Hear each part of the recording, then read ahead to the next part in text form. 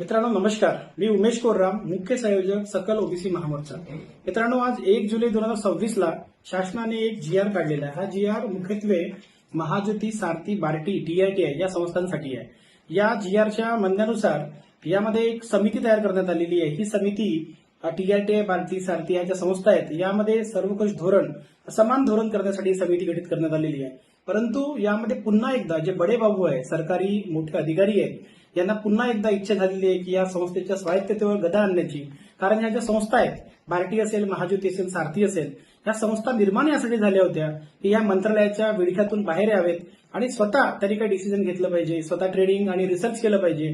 त्यासाठी त्यांचा board of director सुद्धा नेमून देण्यात आलेला होता आणि हा बोर्ड ऑफ डायरेक्टर्स हेच निर्णय घेतील अशा प्रकारची योजना आधी होती। परंतु शासनाने हळूहळू त्यामध्ये शिरकाव केला आणि पूर्णपणे या संस्था काबीज करून टाकल्या।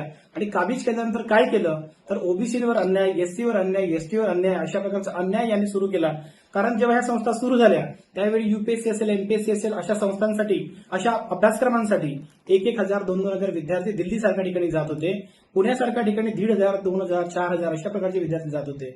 परंतु आता विद्यार्थी संख्या सुद्धा कपात केलेली आहे आणि लोकसंख्येच्या प्रमाणात कोणाला निधी किंवा कोणालाही संख्या न देता सर्व संस्थांना सारखं म्हणजे अमृतची संस्था आहे ही आर्थिक दुर्बल घटकांसाठी आहे। आर्थिक दुर्बल घटक किती आहे महाराष्ट्रामध्ये, त्यांच्यासाठी सुद्धा तितकीच संख्या, सारथीला सुद्धा तितकीच संख्या, बार्टीला सुद्धा तितकीच संख्या। आज बार्टीचा विचार केला आणि महाज्योतीचा विचार केला तर 4पट लोकसंख्या जवळपास ओबीसींची आहे, तरी सुद्धा तितकीच संख्या, तितकाच बजेट या सरकारने आखलेलं आहे।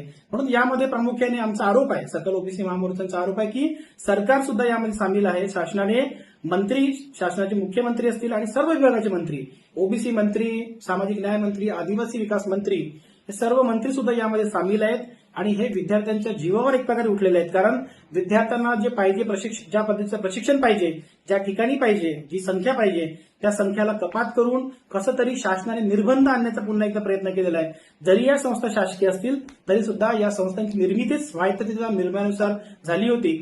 स्वायत्त संस्था असल्या पाहिजेत, संस्थांनी स्वतः निर्णय घेतले पाहिजेत, स्वतः ट्रेनिंग दिलं पाहिजे, अशा योजनांसाठी ही संस्था निर्माण करण्यात आली होती। परंतु पुन्हा एकदा ही समिती स्थापन करून 2023 ला सुद्धा समिती स्थापन करण्यात आली होती।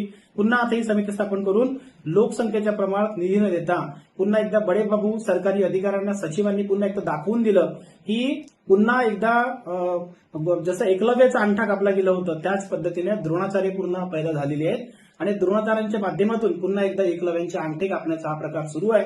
याचा कडक विरोध सकल ओबीसी महामोर्चा करेल, सर्व संघटनांना, बहुजन समाजाला घेऊन करेल आणि नक्कीच रस्त्यावर उतरून सकल ओबीसी महामोर्चा याच्या विरोधात आंदोलन छेडेल। मुंबई असेल, पुणे असेल किंवा नागपूर, कोल्हापूर कुठल्याही ठिकाणी सकल ओबीसी महामोर्चा, सर्व ओबीसीच्या संघटना यामध्ये समोर येतील आणि नक्कीच जी लोकसंख्येच्या प्रमाणात जो निधी पाहिजे आम्हाला तो निधी आम्ही मिळवून घेऊ।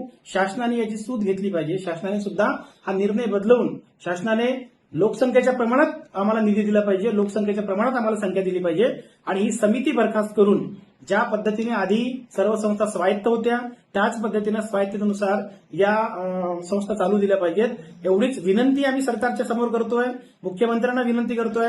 जर असं होत नसेल तर नक्कीच सकल ओबीसी महामोर्चा सरकारच्या विरोधात रस्त्यावर उतरेल। धन्यवाद।